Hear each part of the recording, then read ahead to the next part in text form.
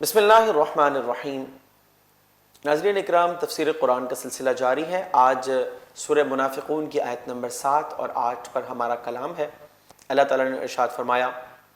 ہم الذین یقولون، وہی منافقین ہیں جو کہتے ہیں، لا تنفقوا علی من عند رسول اللہ، تم ان لوگوں پر جو رسول اللہ صلی اللہ علیہ وسلم کے پاس ہیں خرچ مت کرو، حتی ینفضوا، یہاں تک کہ وہ ادھر ادھر ہو جائیں۔ وَلِلَّهِ خَزَائِنُ السَّمَاوَاتِ وَالْأَرْضِ، حالانکہ زمین و آسمان کے خزانے اللہ ہی کی ملک ہیں۔ وَلَكِنَّ الْمُنَافِقِينَ لَا يَفْقَهُونَ، لیکن منافقین نہیں سمجھتے۔ 8ویں آیت میں ارشاد فرمایا، یقولون، وہ کہتے ہیں، لَئِن رَجَعْنَا إِلَى الْمَدِينَةِ، قسم ہے کہ اگر ہم مدینہ کی طرف لوٹ گئے، لَيُخْرِجَنَّ الْأَعَزُّ مِنْهَا الْأَذَلَّ، تو بہت عزت والا ان میں سے نہایت ذلیل کو نکال دے گا۔ وَلِلَّهِ الْعِزَّةُ وَلِرَسُولِهِ وَلِلْمُؤْمِنِينَ، اور عزت اللہ تعالیٰ اور اس کے رسول اور مومنین ہی کے لیے ہے۔ وَلَكِنَّ الْمُنَافِقِينَ لَا يَعْلَمُونَ، لیکن منافقوں کو معلوم نہیں۔ ناظرین، ان دو آیات کے اندر ایک واقعہ پس منظر میں موجود ہے، اور وہ یہ ہے کہ رسول مکرم صلی اللہ علیہ وسلم بنو مستلق، یہ قبیلہ ہے، ان سے جہاد کے بعد واپس تشریف لا رہے تھے۔ مدینہ المنورہ یہ خبر پہنچی تھی کہ یہ آپ علیہ السلام اور صحابہ اکرام علیہم رضوان پر حملہ کرنے کی تیاریاں کر چکے ہیں۔ رسول مکرم صلی اللہ علیہ وسلم نے انہیں موقع نہ دیا اور خود پیش قدمی فرما کر کے ان کے ساتھ جہاد کیا۔ اللہ تبارک و تعالی نے اپنے پیارے محبوب علیہ السلام کو بہترین کامیابیوں سے سرفراز فرمایا اور مسلمانوں کو کثیر مال غنیمت حاصل ہوا۔ آپ علیہ السلام جب اس غزوے سے واپس تشریف لا رہے تھے تو ایک چشمہ جس کا نام مشلل ہے، وہاں پر آپ علیہ السلام نے قیام فرمایا۔ سیدنا فاروق اعظم رضی اللہ تعالی عنہ کے ایک غلام حضرت جہجہ اور عبداللہ بن ابی، مشہور منافق ہے، منافقین کا سردار،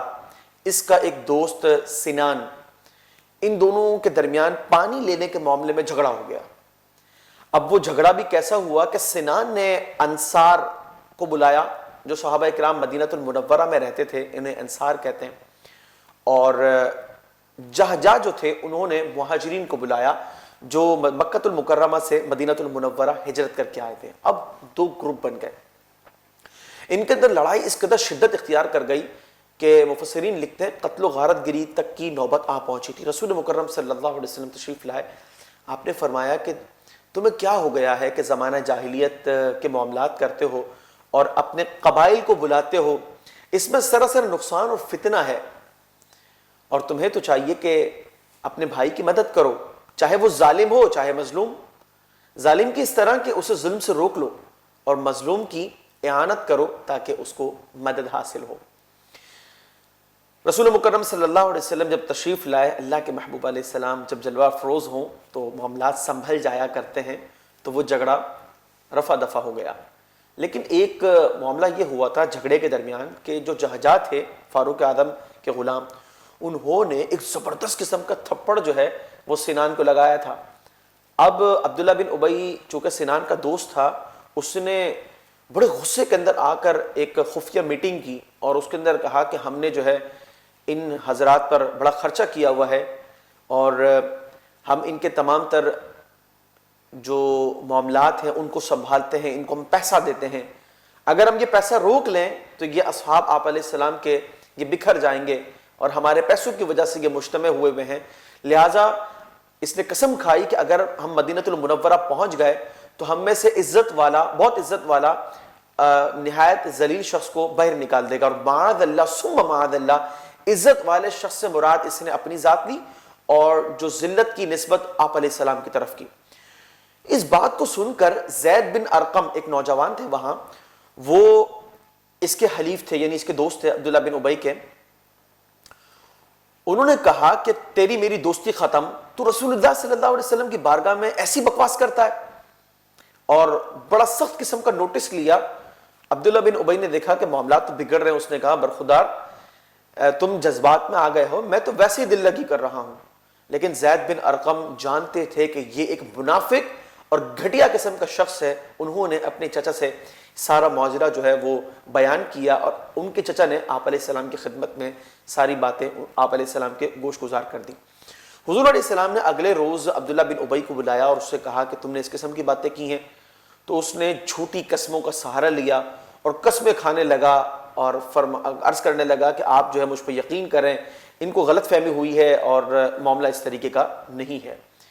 بہرکیف زید بن ارقم جو تھے وہ ساری باتیں دیکھ رہے تھے، آپ علیہ السلام جانتے تھے کہ حقیقت حال کیا ہے، لیکن آپ نے درگزر سے کام لیا اور بظاہر اس کی قسموں کو بنیاد بنا کر کے معاملے کو درگزر کر دیا۔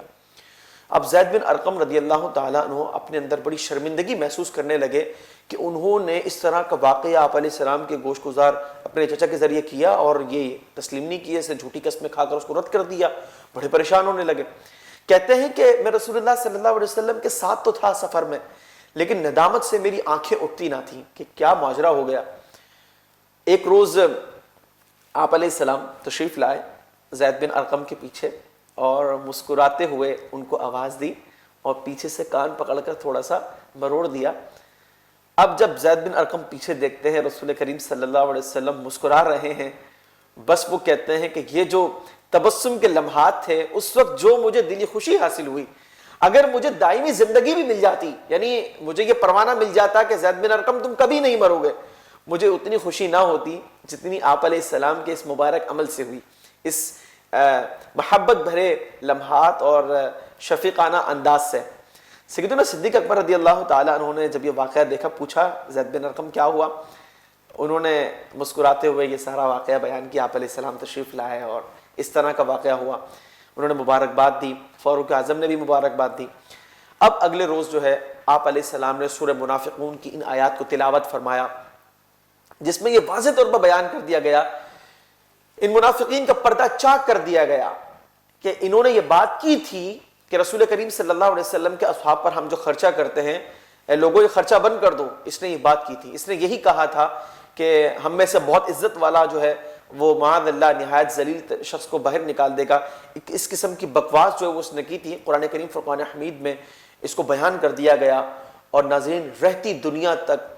امت جو ہے وہ اس کی تلاوت کرتی ہے۔ شان نزول کے حوالے سے جب بات ہوتی ہے تو عبداللہ بن ابی کے نفاق کا پردہ چاک ہو جاتا ہے۔ یاد رکھیے کہ منافق باہر کیف کچھ بھی کر لے، لیکن اس کا نفاق زیادہ دیر تک چھپتا نہیں ہے۔ وجہ یہ ہے کہ جب باطن اپنے ظاہر سے بالکل مختلف ہو جائے، اور خصوصاً اسلام کے خلاف، خصوصاً اللہ تبارک و تعالی اور رسول مکرم صلی اللہ علیہ وسلم کے حوالے سے، اور یہاں تو معاملہ انتہائی نازک تھا کہ عبداللہ بن ابی کے سامنے رسول مکرم صلی اللہ علیہ وسلم بنفس نفیس موجود تھے، اور اس نے اس قسم کی بدتمیزی کی اور اس قسم کا گھناؤنا کردار تھا اس کا، اللہ تبارک و تعالی نے اس کو واضح فرما دیا۔ اور ناظرین نفاق ایک انتہائی برا اور گھٹیا قسم کا جرم ہے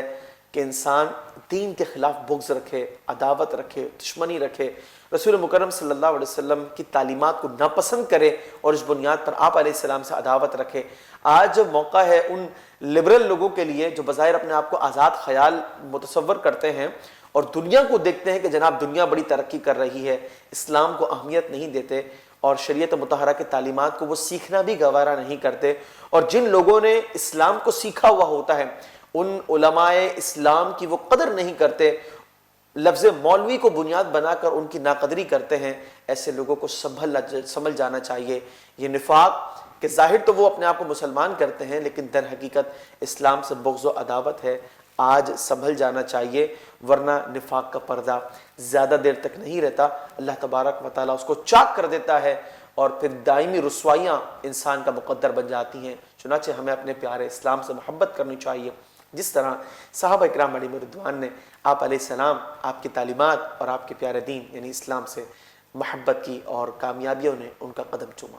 القلم Islamic Center under the supervision of Mufti Munibur Rahman Zida Majdu.